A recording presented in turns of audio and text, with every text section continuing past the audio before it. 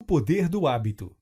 O ser humano é uma criatura do hábito, não é mesmo? Os dias se repetem e apesar de você achar que está no controle, tomando decisões o tempo todo, a verdade é que na maior parte do tempo, você só está repetindo hábitos pré-determinados. Em O Poder do Hábito, Charles Duhigg ressalta o impacto dos seus hábitos em quem você é e no que você é capaz de alcançar. Os hábitos fazem parte da fundação das nossas vidas, nossas empresas e são responsáveis por uma grande parte dos resultados que você obtém. Vamos juntos nessa jornada? Como os hábitos funcionam? Eugene Pauly era um paciente idoso que teve problemas cerebrais causados por uma cefalite viral e por isso perdeu a capacidade de usar uma parte do seu cérebro, o lobo temporal medial. Todo o resto do seu cérebro continuou funcionando normalmente, mas sua memória ficou prejudicada. Ele se tornou incapaz de se lembrar de qualquer coisa que tivesse ocorrido após 1960, mas se lembrava de tudo o que aconteceu antes deste ano. Ele se transformou em um homem incapaz de aprender coisas novas, e em segundos ele esquecia o que havia ocorrido no momento anterior. Ele não se lembrava nem onde ficava seu quarto ou sua cozinha em sua própria casa. Diariamente, para exercitar-se, sua esposa o levava para caminhadas ao redor do quarteirão. Porém, um dia, Eugene desapareceu e sua esposa ficou preocupada. Sua perda de memória poderia fazer com que ele se perdesse e nunca mais voltasse para casa. Por incrível que pareça, em apenas 15 minutos, seguindo sua rota diária, ele conseguiu retornar para casa. Alguns dias depois, Eugene já era capaz de fazer o percurso sozinho. Isso fez com que os cientistas o estudassem e descobrissem que os hábitos, suas práticas rotineiras, são armazenadas em uma área totalmente diferente do lobo temporal, responsável pela memória. Isso provou que nós aprendemos e tomamos decisões inconscientes sem a necessidade de nos lembrarmos sobre os fatos que levaram àquela decisão ou aprendizado. Esse é o poder do hábito. Acionando hábitos. Nosso cérebro é uma máquina poderosa. Ele está constantemente encontrando maneiras para se esforçar menos e automatizar rotinas, apenas para economizar energia. Um hábito funciona em um fluxo de 3 etapas. Gatilho. Alguma coisa acontece e seu cérebro entende esse gatilho como um chamado para entrar no modo automático e escolher qual rotina usar. Rotina é uma ação física, emocional ou mental, que é automaticamente acionada pelo gatilho. Recompensa. Um estímulo positivo ocorre e diz ao seu cérebro que aquela rotina funciona e por isso deve ser armazenada. Entender como os hábitos são acionados é importante, pois nos dá controle sobre nós mesmos. Ao entender os gatilhos e as recompensas, somos capazes de alterar, adaptar e criar novas rotinas. Como criar novos hábitos? O principal motivo pelo qual as pessoas estudam hábitos é para aprender a criar novos hábitos e reforçar hábitos positivos. Um hábito relativamente novo, adotado pela população, por exemplo, é a simples rotina de escovar os dentes. Claude Hopkins, um publicitário americano, formou este hábito ao amarrá-lo a um gatilho comum no dia a dia das pessoas. Em seus anúncios, ele dizia: passe sua língua nos dentes. Sente uma camada sobre eles? Essa camada faz com que seus dentes percam a cor e se deteriorem. Após o gatilho, seus anúncios diziam: a pasta de dentes Pepsodent remove esta camada e deixa seus dentes mais limpos e bonitos. A grande verdade é que esta camada é natural e a pasta de dentes da Pepsodent não a remove. Mas o gatilho era tão poderoso que bastava as pessoas passarem a língua nos dentes e isso as conectava com a ideia de escovar os dentes, rotina, e a recompensa, dentes bonitos. Menos de 10 anos após esta campanha, a população americana que escovava os dentes cresceu quase 10 vezes. A técnica de Claude Hopkins é simples e segue os 3 passos. 1. Crie um novo gatilho na mente das pessoas, na sua mente. 2. Associe uma rotina positiva a ela. 3. Crie uma recompensa mental ou física associada à manutenção deste hábito. Mudança de hábito. O treinador americano Tony Dungy tinha um método não convencional e extremamente bem-sucedido para seus atletas. Ele levava seus jogadores a não responder automaticamente às jogadas de seus oponentes. Ele não queria que seu time pensasse antes de agir. Ele recorria à formação de hábitos que respondiam imediatamente, e não a escolhas racionais em cada jogada. Tony sabia que hábitos não são facilmente removidos. Eles precisam ser transformados, e eles só se transformam se uma nova rotina pode substituir a rotina existente, com o mesmo gatilho e uma mesma recompensa. Seus treinos se baseavam em amarrar os gatilhos e as recompensas existentes a novas rotinas. As novas rotinas eram mais simples, davam aos jogadores menos escolhas e mais comportamentos não racionais. Com seu método, Tony conquistou dezenas de títulos e se tornou um treinador lendário. Outro método extremamente bem-sucedido de mudança de hábitos são os 12 Passos dos Alcoólicos Anônimos. O método simplesmente propõe novas rotinas para o gatilho da necessidade física de consumir álcool e utiliza as mesmas recompensas que o álcool desperta nas pessoas, como relaxamento, necessidade de companhia, redução de ansiedade, etc. Porém, o método do AA, por si só, ainda tem dificuldades de transformar os hábitos das pessoas. Por isso ele investe também na criação da crença de que as pessoas viciadas em álcool precisam da intervenção das outras pessoas. Elas precisam acreditar que tem mais gente envolvida nessa transformação para não decepcioná-las. Essa fé é um ingrediente essencial para mudar hábitos, pois a mudança ocorre em sociedade. Pequenas vitórias têm grandes impactos. Existem muitos hábitos em nossas vidas que influenciam dramaticamente a maneira como vivemos e como as empresas funcionam. Um hábito positivo leva a outro. Isso cria uma cadeia de hábitos positivos que funcionam bem em conjunto. Pessoas que começam a exercitar-se, por exemplo, naturalmente começam a se alimentar melhor, tornarem-se mais produtivos no trabalho e, consequentemente, o estresse é reduzido. Na sua vida ou na sua empresa, é essencial identificar um hábito fundamental que precisa ser mudado. E este hábito trará melhorias diversas em vários outros hábitos que impactam seu dia a dia. Encontrar o hábito fundamental é difícil e requer uma abordagem de tentativa e erro. O importante é identificar algo que é pequeno o suficiente para ser mudado e tem impactos positivos no todo. Em 2009, por exemplo, um estudo provou que o simples hábito de anotar o que as pessoas comiam era capaz de ajudar as pessoas a identificar padrões de alimentação, o que fazia com que elas planejassem melhor o que comiam e as tornava mais saudáveis. Neste estudo, o grupo que tinha os diários de alimentação perdeu o dobro de peso que os demais participantes. Foque em encontrar pequenas coisas.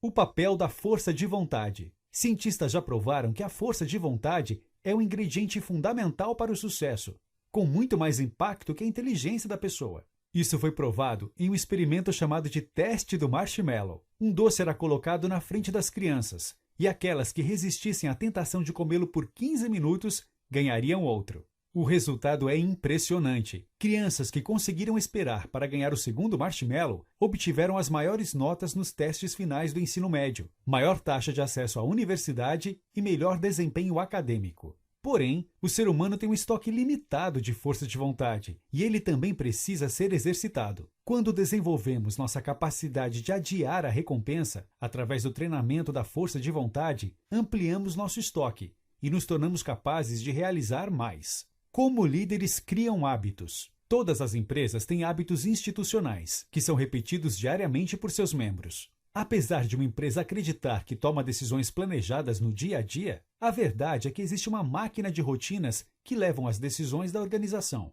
Empresas bem-sucedidas cultivam hábitos que equilibram o poder e a paz. No início dos anos 2000, por exemplo, o Hospital Rhode Island era considerado um dos melhores dos Estados Unidos. Porém, com o sucesso, uma cultura tóxica se instaurou.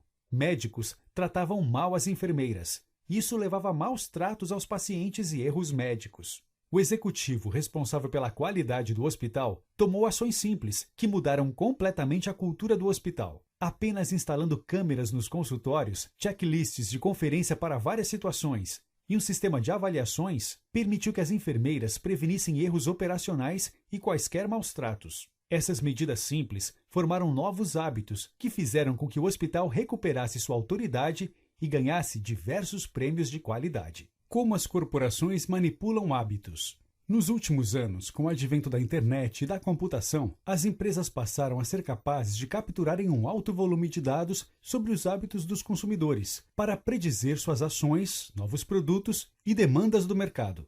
Isso fez com que elas descobrissem que hábitos são mais importantes do que as intenções do consumidor no processo de compra. Com isso, porém, surge um desafio. Cada pessoa tem hábitos únicos, pessoais. Por isso, ao analisar este alto volume de dados, as empresas que entendem o papel do hábito no processo de compra são capazes de personalizar seus produtos e serviços para os hábitos dos grupos mais comuns de pessoas. Com informações como suas compras anteriores, sua idade, sexo e os meios de pagamento que você usa, as empresas conseguem criar grupos de usuários que agem de maneira relativamente similar. Se você compra pirulitos e fraldas toda vez que vai ao supermercado, por exemplo, as empresas podem descobrir que você tem filhos de idades diferentes. Com estas informações, as mesmas empresas são capazes de lhe enviar recomendações de produtos e cupons personalizados. Uma outra abordagem comum no marketing usando dados é se aproveitar de grandes eventos na vida das pessoas, como o primeiro emprego, o casamento ou o nascimento de um filho, criando oportunidades de formação de novos hábitos nas pessoas.